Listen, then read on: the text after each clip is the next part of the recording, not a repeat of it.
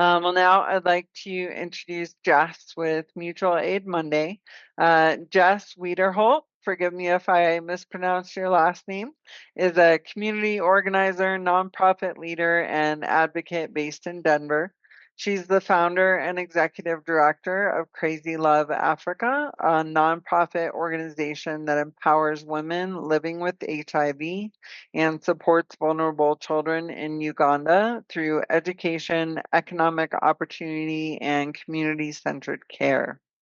Jess is also a founding organizer of Mutual Aid Monday, a weekly grassroots mutual aid effort that provided food, clothing, harm reduction supplies, and community support to thousands of Denver residents since 2020. With a background in child and family therapy, she's passionate about building communities rooted in dignity, solidarity, and the belief that everyone deserves to be seen, valued, and supported. Jess lives in Denver with her husband Ben, and they have 7 children. She is committed to creating a more just and compassionate world through service, advocacy, and collective action. Please welcome Jess. Thank you so much, Tiffany. I'm a big fan of all of you and your work. And I thought I was going to have to run because my dog needs to be let out, but she let herself out. What a great dog.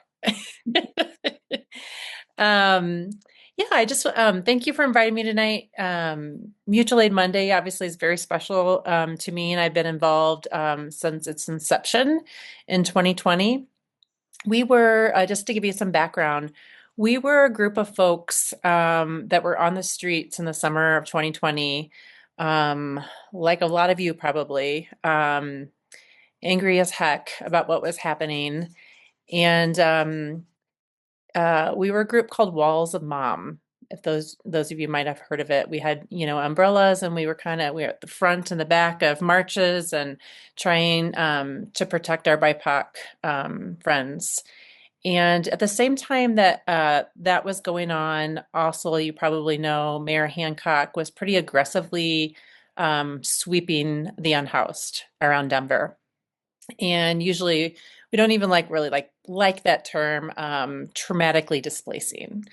So the same group of people were showing up every morning, very early in the morning, supporting the folks that were being traumatically displaced throughout the city, helping them move to a new spot, set up tents, replace things that were getting thrown away by the city.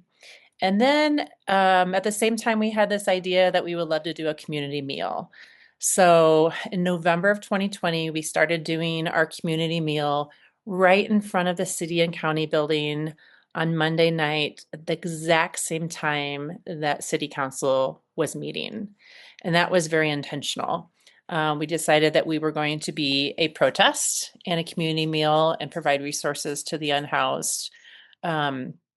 So we meet from 4 to 7 p.m. every Monday night in that same spot. It moves around a little bit, and then I don't know if anybody's been down to the city and county building lately, but excuse my dog, it's under construction. So now we're kind of across the street in the park. So we're always on that corner. And when we started, obviously definitely grassroots, just a bunch of people who care deeply about our unhoused community. We started with a community meal. We started with clothing resources. Then we just added based on needs, right? Like, so folks let us know they needed harm reduction supplies. We added that. Haircuts. Obviously, this was during COVID, so we were doing COVID vaccines on the corner too. And so, 5.5 years later, we have a children's section. We have, a group that helps support with folks getting IDs, bus passes. We have bike repair. We have folks that come down and offer different services for folks such as massage and AccuDetox and things like that. You name it, we've tried to provide those services down there. We probably have a total of 700-ish volunteers that come and support the community in different ways. For example, on Sundays, folks sort the clothing. Throughout the week, we have drop-off spots throughout the city of Denver where folks drop off donations throughout the week. And so we have a group of volunteers that goes and picks those up from businesses. Um, and so, yeah. And so the drama more recently in the community has been with Mayor Johnston and him insisting that for us to be able to stay in that space in front of the city and county building that we would need a permit. And our group are also a group of advocates. And so we meet with the mayor quarterly. We meet with the Department of Housing, which is called HOST. We meet with them monthly, and we're always advocating for the needs of the unhoused. We have formerly unhoused that are in our community as well. So the voices are very loud to what the needs are. And more recently, we feel like the mayor has put pressure on us because we don't necessarily make him look very good.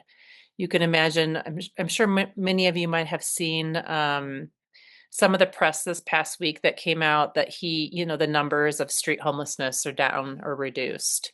And then here we are right in front of his office showing 300 to 500 unhoused folks every Monday night needing services. So we believe, obviously he hasn't said this, but we believe part of the reason why we're getting so much pressure to move is that it doesn't look good. It's not good for PR, especially for someone who is running for reelection next year. So we've meet with the mayor's staff, let them know that we're not moving. And then they have park rangers that are there every Monday night that just kind of make things difficult. They ticket folks, they kick folks out of the park if they are caught smoking marijuana, things like that. But we're standing our ground and we're doing the good work and meeting the needs, and that's not going to stop. So I probably talked really fast. I can stop now if we have specific questions. So usually we get questions in the chat. Nobody Yeah. has put questions in. If you do have a question, go ahead and put it in the chat and we will ask it. I do have one question for you. I Yeah. have been doing this kind of activist work for a long time. If you ask me to plan a protest, I can do that. If you ask me to plan a candidate debate or an empty chair town hall, I can do that. But I've really struggled finding a way to do mutual aid. And can you kind of give some tips and tricks on how to organize that? What do you do? What can people do? Because I kind of feel like I'm in a lot of spaces, but this is a space that I feel a little deficient in. Yeah. Yeah. Um, for us, it was very organic. We were out in the community. We have a very strong following on our Instagram page. We did a lot of storytelling in the beginning, with people's permission, sharing stories of what needs are. And that doesn't always have to be with a face or a name, but it can still be what the needs are and what are the injustices that are happening to folks in the community. So we do a lot of that. And then we organize on Signal, much like you all do. And so it's also every time folks come down to Mutual Aid Monday, we have a welcome table and we ask new volunteers, like, what do you like to do? Right? Like, what are you good at? And, some people are good at social media. You guys know this. Like, some people are, oh my gosh, we have a sewing group. I didn't even mention. People like to sew, right? There's all different gifts that different folks have. What I love about our community and our volunteers is that we have teenagers all the way up to folks, senior citizens, right? So all ages of people that have very different gifts. So that's part of it, trying to be open and figure out what gifts people have and what they have to bring. And then we organize in smaller chats. So the sewing group has a chat. The clothing distro group has a chat. The cooks who cook the meals, they have a chat. So then we break down to smaller groups to be able to do that work. And then, mutual aid, one of the important parts of solidarity work is consensus decision making. So we have our large chats, and we have monthly meetings where we make big decisions. For example, when you're dealing with a mayor that went too gone, there's some bigger decisions that we have to make, including we have a lawyer right now that's supporting us. So yeah, it can be tricky, but when you find people that are excited about something and passionate, like all of you are, it grows really fast. And if you would have asked me, 60 years ago if we would still be doing this, we've never missed a Monday. Not even when there's, a foot of snow, we're there. So I barely believe it that it's been so effective. So That's very cool. And I have the same philosophy about organizing volunteers. What do you do? What do you like to do? What do you want to do? And what do you want to learn to do? And yeah. then pick where you fit. Bring your skills, and we can get something done. Aaron had a question. Yeah, Jess, that's great what you're doing. There's a group here in Tulsa called Food Not Bombs that has been doing the same thing for 6 years. And just recently, we have a mayor who we think, is behind this because they just sent cops and they said they, had their First Amendment right to protest. And the cop told them that you're not protesting because they had tables and food, and they just started arresting people. And Mm. it's crazy. They've been, I think it's every Wednesday for 6 years, and Mm. they're not blocking traffic or anything like that. And it's crazy, especially for a mayor that ran on helping the homeless. It's Yeah. it's disappointing. But thank you so much for the work you're doing in Denver. We love Colorado. Yeah, I'm really sorry to hear that. Yeah, we have Food Not Bombs here in our community too. They're also a wonderful group. I would be more specific. The mayor cites a code for a protest and says a protest has to be spontaneous, and that we're not spontaneous enough, so we're not truly a protest, which is just really interesting because doesn't that seem like almost a challenge? Like we need to get more spontaneous. So I don't know if any of you follow our Instagram, but we made a cardboard cutout of Mayor Mike, and have been bringing him to Mutual Aid Monday. And one of our volunteers made a soapbox too. So we have a mic set up, with this. People get on the soapbox and they're able to tell the mayor exactly kind of, what their needs are and what their thoughts are and things. And so we're trying to be a little bit more spontaneous and fun. We also sent him a personal invite to come, but he has not responded to that. So too bad, right? Yeah, absolutely. Yeah. All right. Next question. Sarah says, this is amazing work. How can we learn from your group and how to expand organizing to Longmont? And I will expand off of that. We have people from all over the country. How can people start doing this where they are? Yeah. We do have, and I'm not sure if Mutual Aid Monday started it or not, but we do have a mutual aid collaboration signal chat. So there are different, and I think all of the mutual aid groups that we're collaborating with are within Colorado. So if you're within Colorado and you're trying to start mutual aid and you want to join that chat, let me know. And I can get you in there. For example, if somebody donates something and it's a huge donation, we want to make sure we share. Or if we get too many men's clothing and we share it with other groups, and vice versa. So that's really important. Great. Can We're I starting to put get your Steph, can I put your email in the chat for people to contact you if they want Yeah, to join that perfect. group? Okay. Yep. starting to get a few questions. What's the group Ju- again, and what do you do? I'm sorry, I wasn't paying attention. It's Mutual Aid Mondays. Yeah, so we are in solidarity with the unhoused community. Yeah, so lots of different things. But other than I was just going to add, other than our weekly event where we have a community meal, we're doing things throughout the week. So folks in the community are contacting us constantly with needs, ways to advocate. Folks that have gotten into found housing, and we, work really hard to find all the things that they need. To live in housing. And I would say advocates are often wraparound services. The city does not do that well. They do not provide good wraparound services for folks once they get indoors.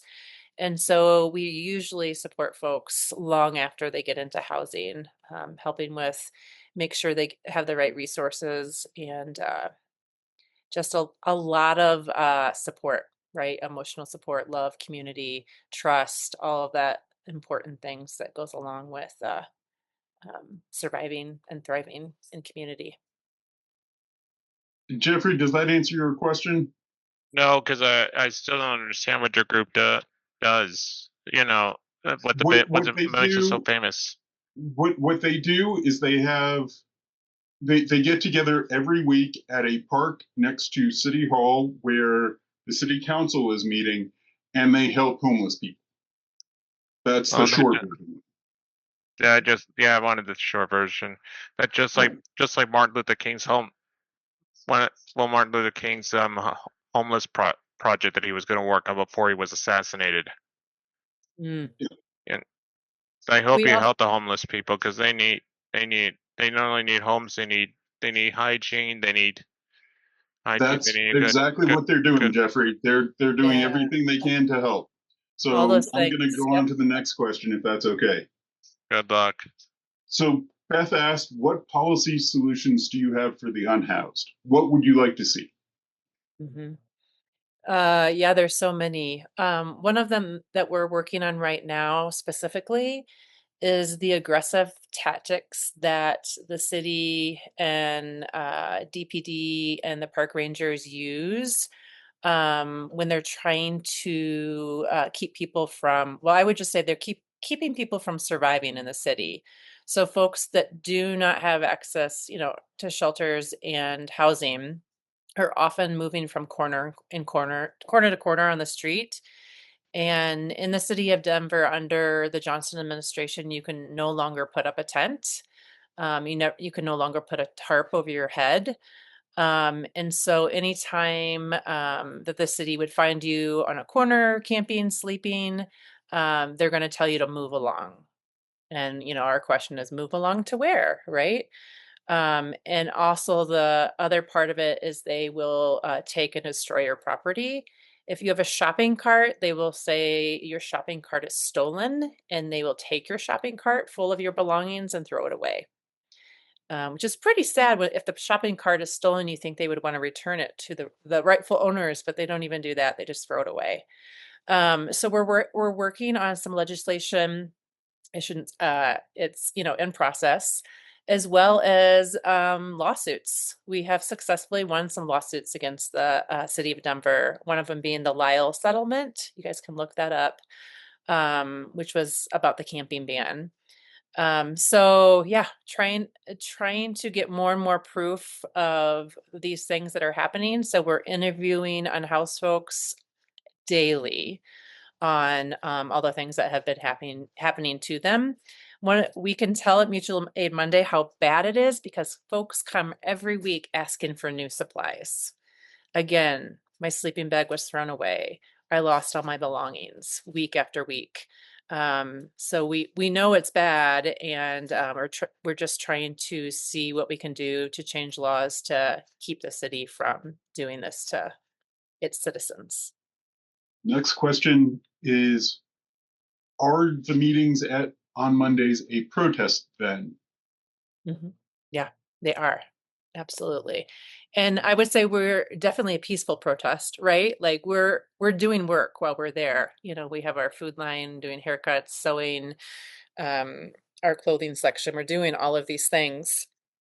Another really important part of mutual aid is that we never call the police. And so we're pretty darn proud of that because we have folks such as myself who are trained in de-escalation, and I train other people in de-escalation. And so, of course, there's issues like that, people that fight, people come there and they're very hungry or stressed. There's so much trauma in our community. And so we've always been able to deal with that with our trained folks in de-escalation, and we've never had to call the police. The only time we've ever had to call 911 is if there's a medical emergency, but we also do have medical personnel that volunteer with Mutual Aid Monday. So it's pretty rad too, I think. So that's great. The next question is, if we were to come the next few Mondays, what is the biggest need / best thing to bring? That's great. There's certain things that you can't go wrong with. It's great to bring food. So we have we have the most organized, disorganized signups for food. But we always have enough. It's one of those things, sometimes we feed 300 people, sometimes we feed 500 people, and people just bring food starting at 4 o'clock, and people bring it throughout the night as they get off work. So food is always great. Used clothing is always great. We have certain things that are just always needed, like underwear, socks, shoes. We can never get enough men's shoes. And then toiletry items are always needed, as well as things like Tylenol and Advil and products like that. Yeah, you can't go wrong. People will always message me and say, Jess, could I bring this? And I'm like, yes. Even there is an apartment building that's right next to the city and county building, and it's owned by the Coalition for the Homeless. And so there's a lot of folks that live in that apartment building that will also take houseware goods. So you may think about that. Maybe there's something that you have in your kitchen that you want to get rid of. Those folks are always looking for things for their apartments too. Michelle says, thank you so much for helping the homeless. Could be any of us in this administration. Where is the land allotted for those who are in this situation? Like, where would people be allowed to go to camp? Or I think that's what she's asking. That's a really great question that I would love for y'all to ask the mayor.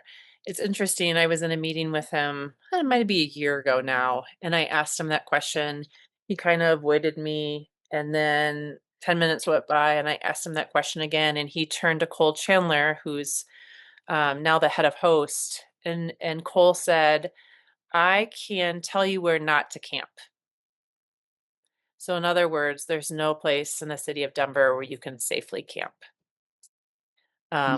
which is pretty sad. When we most of us know that there's people that can't go to shelters, like they've had harm done to them in shelters, they can't be in shelters, and until they're able to get a voucher, which is very hard to get, to be in an apartment, they have no other choice. So the troublemaker in me would say, all right, if I can't camp there, that means anywhere else is fair game, right? If these are the places I can't camp, then everything else is open, right? Yeah, I don't know if you all pay attention, but pay attention to see the Dottie trucks, Department of Transportation. They're often like off on the side of the highway. You'll see them like they find people no matter where they hide. Like I just the other day I was coming off of 70 and I saw the Dottie truck over on the side and I was like, wow, that tent was so well hidden. But they're being so aggressive and making sure that folks don't do it. So okay, I've got a couple of more questions. How do you handle mental illness? Yeah. We're a space, like this space is like everyone is welcome. And so we accept and love each other, and you know, I would say 99% of us, struggle with something, right? And so just understanding where folks are coming from. Sometimes with severe mental illness, we're able to see if there's specifically a resource that we can provide for that person, trying to get them into care, get them in, obviously, to see a counselor, psychiatrist, but also just continuing to meet people where they are is the strongest thing that we can do. Okay. This is the last question I have. So again, mutual aid isn't my thing. I'm much better at things like advocacy, legislative pressure. What can people? Is there some way that we can put pressure on politicians and the administration to make a change? And if so, what does that look like? State, federal, local? How does that work? Yeah. I mean, we always focus on local first, and then, and then obviously state would be second. But absolutely, the first thing to do is you listen to the voices of those most impacted. And so, that takes being in settings such as Mutual Aid Monday to find out what's happening. So when, we talked about different people have different roles at Mutual Aid Monday. My favorite role, I actually always carry cigarettes with me because a lot of folks smoke that live on the street. And folks come and find me because they know I have cigarettes. And it's a way to check in with people and say, hey, Bobby, like, how are things going? Where are you living right now? What are your biggest needs? Things like that. And then just, my cigarette's my icebreaker, right? And, but it's really important to spend time in community, um, and to get to know people that are different than you, right? That's what this world should be about, that we all would care a lot more if we got to know people and that are different from us, and to be able to genuinely have compassion and empathy for them. So that's a big part. Find out what the needs are, and then go talk to a city council member that you trust and say, hey, I've been talking to folks and I've heard this over and over again. What can we do?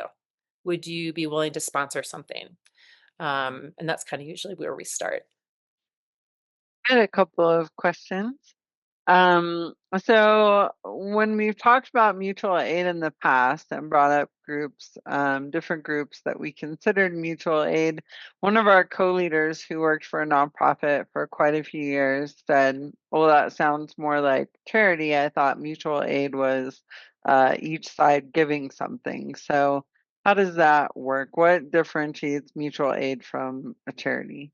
Yeah, thanks for saying that, because I'm not sure that I clearly said it yet, but yeah, it's a solidarity model, right? It's you can look up a really great author called Dean Spade. He has a book called Solidarity, Not Charity, and we have that written on the back of our t-shirts too. But literally, when you come, for example, when you come to Mutual Aid Monday, maybe just once, you'll notice the difference. And most anyone who comes and volunteers has told me that, like, how different it feels. You don't necessarily know who has a house and who doesn't. Everyone goes through the line and gets food. Everyone can sit down in the park, right? Like, we're kind of, it's this model of, we're coming for a shared purpose, to be in community together. Obviously, people in that community have different needs. But I don't know if you have ever experienced the fact that, like, we all come from brokenness. So myself, I have a house, I'm sitting in my house, but I come down there and I receive so much more than I give, right? So I come away with amazing relationships. Some of the greatest people I know in Denver I've met at that event, and they were either once unhoused or are still unhoused. So it's that model of just walking alongside of each other, right? And being in community together. Okay, that makes sense. Yeah. And how was Mutual Aid Monday started? Yeah. So 2020, it was like we were showing up at the protests and then the sweeps. And then we just decided, let's try doing a community meal here. And at the very same time as the community meals happening, folks are going in and doing public comment. So we're in that spot so we can take folks in to do public comment. Public comment currently happens at 5 p.m. It's 5 to 5:30 inside the city and council building.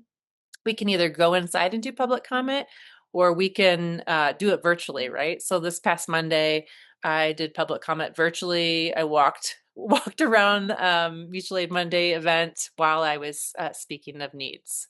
So that's a really important part. And I'm always encouraging community members.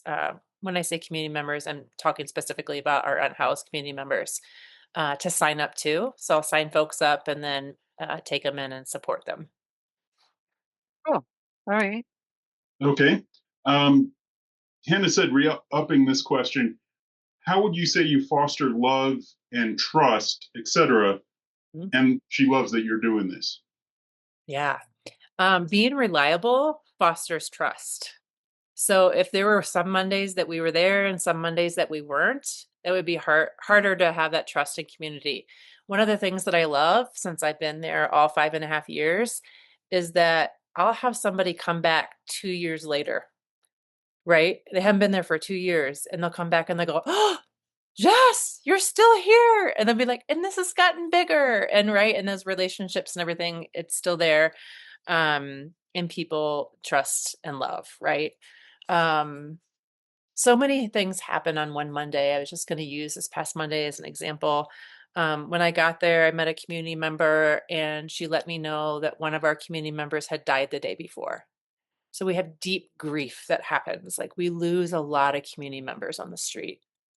Um, and then we found out that another member had just been lost, or we couldn't find them for a while, type of thing. And at the same time, I turned the corner and talked to somebody who just got a voucher into housing, right? And then there's music and dancing and art and yeah, so it's just one of those things that so many different things are happening. We're going through the whole spectrum of human emotions. Very cool. Indivisible has a program called Solidarity in Action that I wanted to share with everybody. It's a grant program for mutual aid projects. They also have a speaker series. They have speakers on different topics every month. So here's a link to the resources for that program. And you can also use your grant in partnership with other groups. So it doesn't have to be just an indivisible group doing something. That's great. Okay, next question. Do you think anything the mayor has done in this area has helped? Absolutely. I have quite a few neighbors, friends that have gotten inside during his administration. So it has helped. It has helped some people. But I also see homelessness increasing, especially among families. We have one big family shelter right now, and we have been begging for more space for families. I know too many families who have either lived on the streets or are currently living in cars, and that is something that I just don't think is acceptable ever. And so yeah, definitely there are things that Mike has done well, and maybe not just him, his administration, and people have been helped. There is a woman that I was friends with for years, and she's been inside now for 1.5 years. And this past winter, not having to visit her on the streets and keep her warm, like, was a godsend, right? Like having a single woman living on the streets in the winter is not good. So absolutely there people have been helped, but also there's been people helped under every administration. So That brings me to my next question. I just came from St. Louis, where I say it doesn't really get cold. Maybe 2 or 3 days at a time, it'll get to 20. And I know there's a huge homeless population in places like Florida, Texas, California, where it's warm all of the time. What do people do in the winters here? mhm. They try very hard to survive. Um, Folks that have lived on the street for a number of years, they know survival techniques, right? They know how to keep warm. But also, I have a friend of mine, gosh, I've known him for about 5 years, and he still lost 5 toes, right? Like he knows how to survive, and he's a big guy and he's smart, and but he lost 5 toes, and then that type of long-term exposure to the elements is not good for any part of your body. So it definitely accumulates over time, and he has some really chronic health issues from being outdoors for so many years. But we at Mutual Aid Monday, we do our best to find out what folks want. So propane is a big thing that we're giving out in the winter time. This winter was one of the best winters that we've had. You all know, in a long time in Denver. We were very happy. One of the things also that Mutual Aid Monday really fought for, and I would say we won, was 24/7 warming shelters. So a few years back, under Hancock, we did a sit-in at one of the rec centers because the rec center was closing at 7 p.m. And then people were forced outdoors. And so we're like, this is not acceptable. You can't just have a warming center open till 7. So now, under this administration, we do have warming centers that are open. We still struggle because the warming centers are not open throughout the city. They're often like in a different regional area. And one of the things that we fought the mayor on this year is there's a lot of unhoused folks on Quebec by the Mile High hotels, and they were not providing a warming shelter in that area, which didn't make much sense to us. But so there are options, but we also have to listen to people what they prefer, right? And so if people have pets and they can't get inside, often there's not a place for couples to go together, which is really frustrating. A husband and wife or a couple that want to stay together, having to be separated. So yeah, Mutual Aid Monday also one year we put, oh gosh, how many people was it? I think it was 75 people we put in hotels for one of the freezes that we had. It's like 3 or 4 days. So we work together as community, going out on cold days and making sure folks have the resources. So one of the other things we like to do, because we do get people from all over the country, is share things that people are doing in their area. So when I was in St. Louis, one of the things that they did was called Room at the Inn.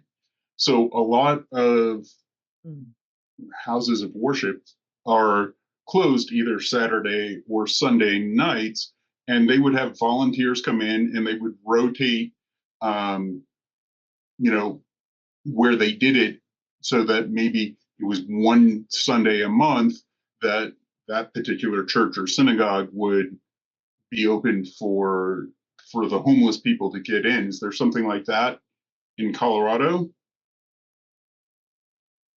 Yeah, churches do that in Colorado as well. Yeah, which is great. Okay. Do you guys work to raise awareness in the hopes of decreasing some of the stigma that unhoused folks face? Mm-hmm. And if so, Exactly. how? Yeah, that's the whole idea of coming and being a part of the community on Monday nights. It decreases stigma by getting to know folks and not othering them, right? Mhm. This is a good question. Is the ICE crackdown escalating numbers of people seeking help? Do you have translation help? Yep, we do have translation help. We definitely saw a huge population of Venezuelans at Mutual Aid Monday that first year that they were coming into Denver, and the numbers have decreased a lot, but it's hard to know the reasons. And part of it is some of them have moved out of Denver, and part of it is some folks don't feel safe, right? Not knowing where ICE might show up. But we do have a number of Venezuelan families that come to city council almost every week and give public comment about the needs for family shelter. So we do serve for quite a few families. Okay. Just to kind of follow up on that a little bit. Like you mentioned, I know there are a lot of immigrant populations that are uncomfortable, say, going to the police if something happens. Is Mutual Aid Mondays something that people would be more comfortable coming to seek aid than they would maybe going to, you know, your typical welfare office or something? Yeah. And have you seen an increase in the percentage of immigrants since this administration started? Like, are those homeless numbers increasing? Yeah, for sure. And I think that's one of the reasons why the need for family shelters has gone up so much is because of the immigrant population. So many of, I don't know the numbers, but since a lot of fathers have been taken into ICE custody, there's mothers with children that need support, right? Which is why there's so much more need for shelter, because there's mothers that are not able to work. So that increase is real. As well as, I was just going to mention, we do have medics and doctors and nurses that come to Mutual Aid Monday. And it's a real issue that many don't want to seek healthcare, is scared to go to Denver Health because not sure how their information will be shared and if ICE would be waiting. Okay. Do the shelters here take disabled people with their medical equipment? I've heard a lot of shelters won't take people in wheelchairs or who are on oxygen or use other medical equipment. How does Mutual Aid Monday help disabled homeless people? Yeah. There, many of the shelters require folks to have to be able to do their ADLs or their daily living. So if they're not able to do that, they often can get denied for being in a shelter. We usually refer folks onto, a caseworker from either St. Francis Center or the Coalition or the Department of Housing. We try to refer folks because then they can get services at a higher level, which, for example, they could get if they needed respite care, they could get referred to respite care. Might be able to get into an assisted living in Denver, since they are unable to get into a shelter. Follow up to that is, how do shelters decide who gets in and who doesn't on any Mhm. given night? Yeah. They all have their different rules. Some of them have curfews. You have to check in by a certain time. And then if they are full, then you go to the next available shelter. So they'll know. For example, I had just recently heard this week, that one of the women's shelters has been full on a consistent basis almost every night. And they have been referring folks to Aurora, to their women's shelter. So it's not like there's no room here and you're on your own, but they bus folks to Aurora. That was going to be my next question. Aurora is not close to Denver if you don't have a car. Yeah. It's not like you can walk to Aurora to the women's shelter out there. Um, so Yeah, they would either put folks on a bus, or if they have transportation available, they would bus them out. And Tiffany just answered the last question I had. And do you accept cash donations? And if so, how? So Yeah. she just put the link in there. So feel free to send some money to Mutual Aid Monday. I'm sure it will help them do the good work that they're doing. Absolutely. And that's, when we started, every single dollar we get, right, goes to the needs. And so now we have like Patreon, and we have monthly supporters, and that really helps us meet the needs on a daily basis. And I also dropped the link in there to the donation drop-off map and a list of what they need. So feel free to take a look at that and see what you can contribute. Yeah, we have some great social media folks, young folks that are really good at social media, and they usually do every week. They put a list out of what the biggest needs are that week. So you can look on Facebook and Instagram, and you can see that list every week too. Okay, we're getting some more questions. I appreciate your patience. Absolutely. Are there any farmers who would exchange part of their land for equal work? That's a great question. To my knowledge, that happens quite a bit, right, in some of the rural areas of Colorado, especially with migrant workers. I would imagine that 100 years ago, having someone put a tent on your land and pick some crops was Mhm. normal. I would imagine with some of the laws and regulations and in like the overtime bill that they were just talking about, it might be more complicated and difficult now. Mhm. Right.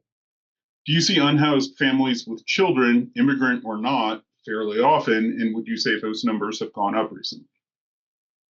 The numbers have gone up in the last 2 years. Um, and it's interesting when you come to Mutual Aid Monday. It used to be when we started, like we would rarely see families. And when we did, it was like we were shocked.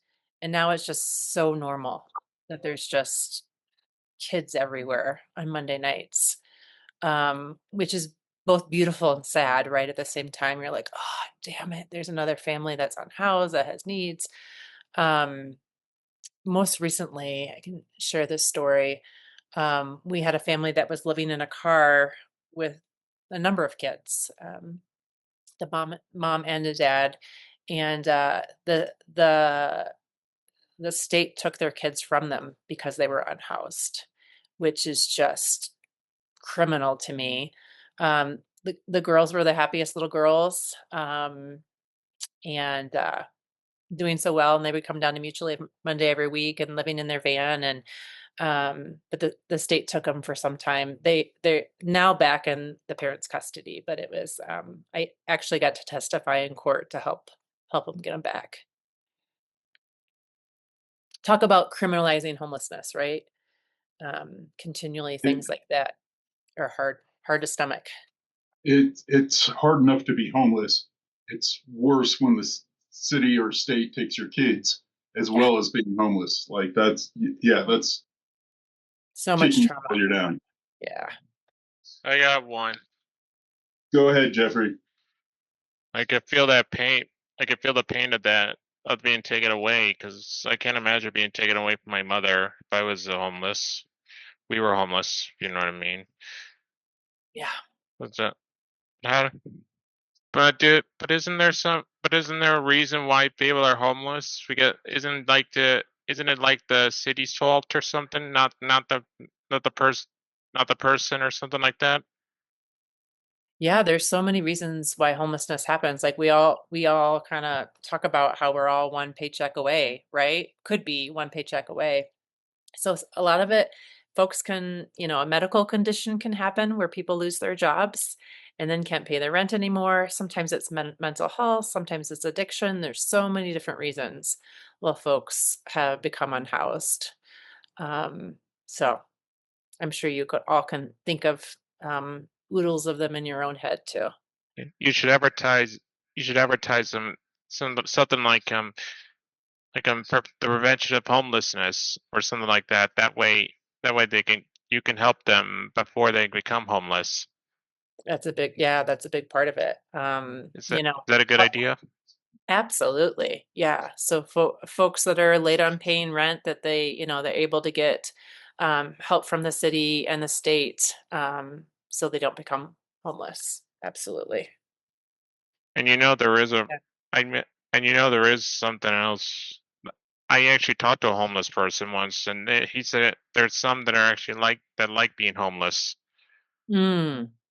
I don't know if I totally agree with that. I don't think anyone I've ever talked to wants to be homeless. But So, well, often, sometimes mental health can be a huge factor, though. there's just some that are just happy being like that, Mhm. being homeless. Yeah. It's a very deep and complicated issue, and it Absolutely. comes from a lot of places.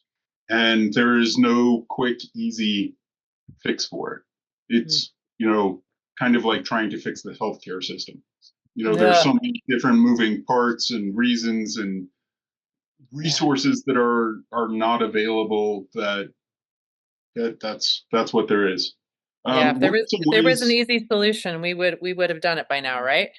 Yeah, We just have to look at other states and see how they handle their homelessness correctly. Yeah, we do. We definitely do learn from each other. So that is helpful. what are some ways you might work with slash support restorative justice regarding unhoused folks? Hmm.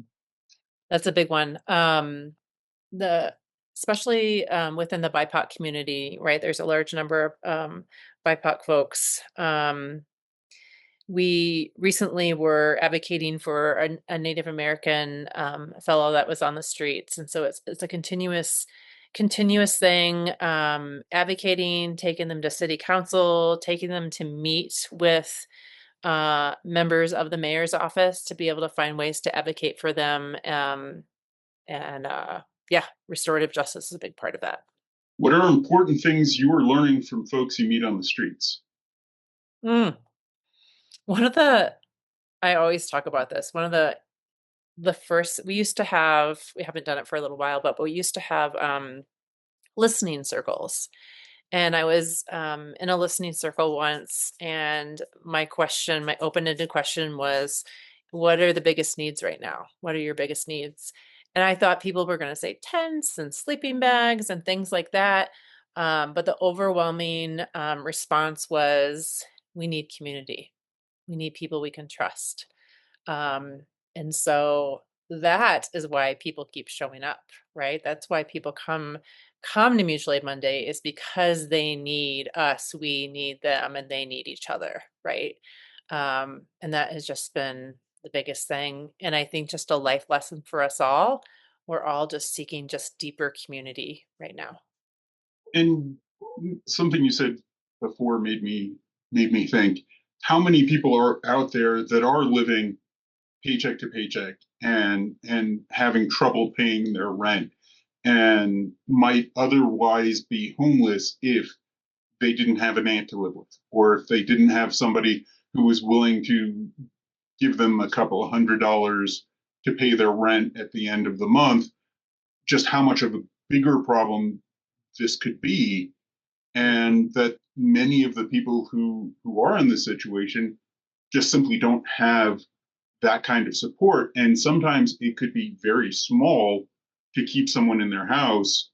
Um, but if they don't have even that small bit of help, that's it. Yeah. I would even argue that folks that are couch surfing, couch surfing should be counted in the unhoused numbers, because truly they don't have a home. They're just going from couch to couch, just not to sleep outside that night. So, Isn't there? And what? Go ahead, Tiffany. I was just saying I have done my share of couch surfing in my life, and it's very uncomfortable. You definitely don't feel like you have a home. And I would imagine you feel like you're imposing on your friends out of need. Yep. And some of them And will let you know it. yeah. yeah. What are the locations of mutual aid meals? This person has gone to help at 14th and Broadway. Are there other locations?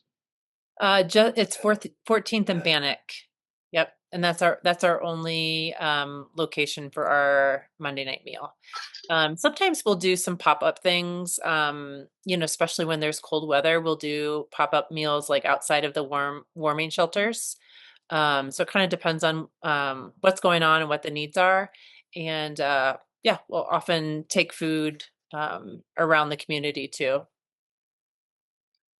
And I don't know if you know about this. We were on the east side of the Capitol doing one of our events, and across the street on Sunday afternoon uh, was a group giving food out, and they said they were there every week as well. I'm Mhm. sure you know them.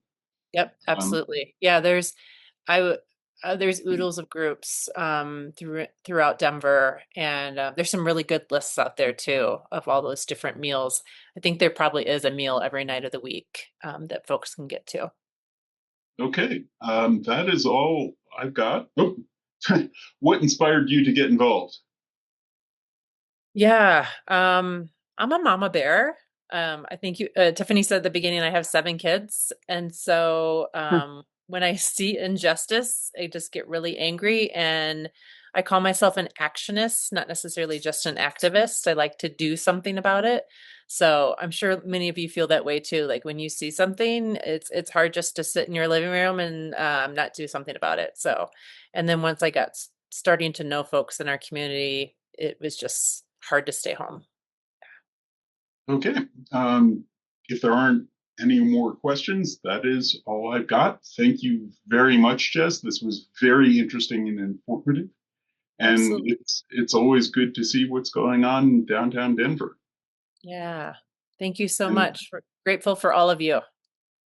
and thank you for what you do. I mean, we've talked a lot about how important this is to people, and there are a lot of places that people just aren't doing that. And to have this as a mutual aid resource is very important, especially now when the government support that should be there isn't, and it seems to be declining instead of increasing. Yeah, absolutely. All Come right, on. onwards, you all.